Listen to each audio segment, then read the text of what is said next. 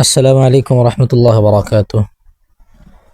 نحمد الله العلي العظيم ونصلي على رسوله الكريم. أما بعد، أعوذ بالله من الشيطان الرجيم. بسم الله الرحمن الرحيم. وتعاونوا على البر والتقوى ولا تعاونوا على الإثم والعدوان واتقوا الله إن الله شديد العقاب. صدق الله العلي العظيم. গোটা বিশ্বের সকল দিনী ভাই ও বোনেরা, আজকে আমাদের আলোচনার বিষয় হলো বর্তমান সময়ে দিনী ভাই ও দিনদার আলেম উলামাদের উপার্জন কিভাবে সম্মানজনক হবে ও পূর্ণ হালাল হবে। আজকে আমাদের আলোচনার বিষয় হলো দিনদার ভাই ও বোন এবং দিনদার আলেম উলামাদের উপার্জন কিভাবে সম্মানজনক হবে ও পূর্ণ হালাল হবে। এই নিয়ে ইনশাআল্লাহ আলোচনা করার চেষ্টা করব। ওমা তৌফিক ইল্লা বিল্লাহ। সম্মানিত দিনী ভাই, সম্মানিত উলামায়ে কেরাম, আজকে আমরা মসজিদ মাদ্রাসা এগুলোর বেতন দিয়ে আমরা অনেকেই চলছি, এর উপর আমরা নির্ভরশীল।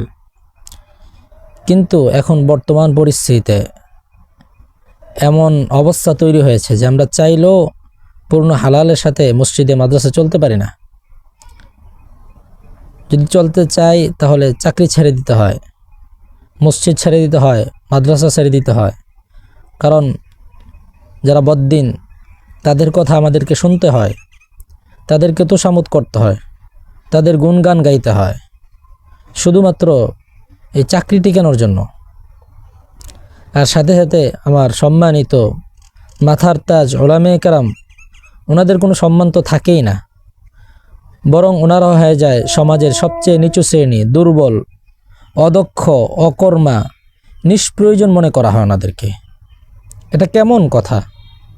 আজকে জাতির মাথার তাজ তুল্য উলামায়ে কেরাম, ওনাদেরকে মানুষ এরকম চোখে দেখে থাকে।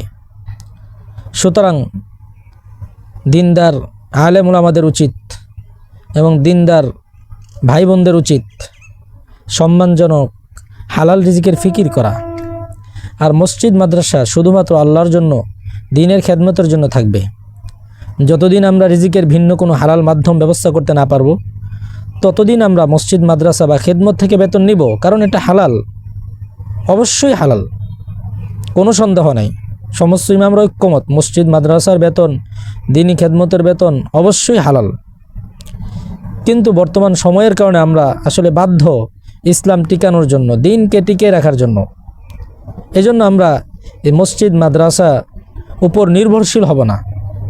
আল্লাহ আদুল জালাল অল ইকরামের শপথ করে বলছি, অবশ্যই আপনারা যদি এভাবে ফিকির করেন আল্লাহর দিনকে টিকানোর জন্য, আল্লাহ জাল্লা জালালুহু আম্মা নওয়ালুহু এর দিনকে পৃথিবীর বুকে প্রতিষ্ঠিত করার জন্য অবশ্যই আল্লাহ তাআলা ব্যবস্থা করবেন। আল্লাহ তাআলা হাদিসে কুদসিতে বলেছেন, আনা ইনদা যান্নি আবদি বি। তাহলে আমরা আর কিসের দুশ্চিন্তায় ভুগি? আল্লাহ তো বলেছেন, আমি আল্লাহর প্রতি যেরকম ধারণা করব, যেভাবে চেষ্টা করব, আল্লাহ আমার ব্যবস্থা করবেন। আমি আমার অভিজ্ঞতা থেকে বলছি, আল্লাহ দুল জালাল অল ইকরামের শপথ করে বলছি, দিনদার আলেম ওলামা ও দিনদার সাধারণ জনগণ পৃথিবীর যে কোনো কাজে হাত দিবে, ইনশাআল্লাহ এরা ওই লাইনে সর্বোচ্চ চূড়ায় পৌঁছাবে, সর্বোচ্চ চূড়ায় পৌঁছাবে। কারণ ওনারা তো আল্লাহ জাল্লা জালালুহু আম্মা নওয়ালুহু এর বাতলানো পদ্ধতিতে ওই কাজটিকে সম্পাদন করবে।